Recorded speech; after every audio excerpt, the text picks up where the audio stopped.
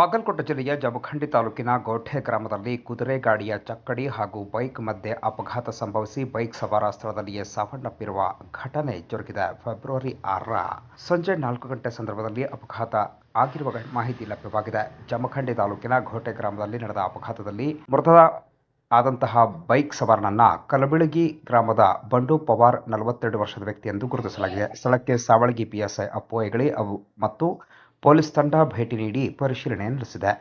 ಇನ್ನು ಸಾವಳಗಿ ಪೊಲೀಸ್ ಠಾಣೆಯಲ್ಲಿ ಈ ಕುರಿತು ಪ್ರಕರಣ ದಾಖಲಾಗಿದ್ದು ತನಿಖೆಯನ್ನು ಮುಂದುವರಿಸಲಾಗಿದೆ.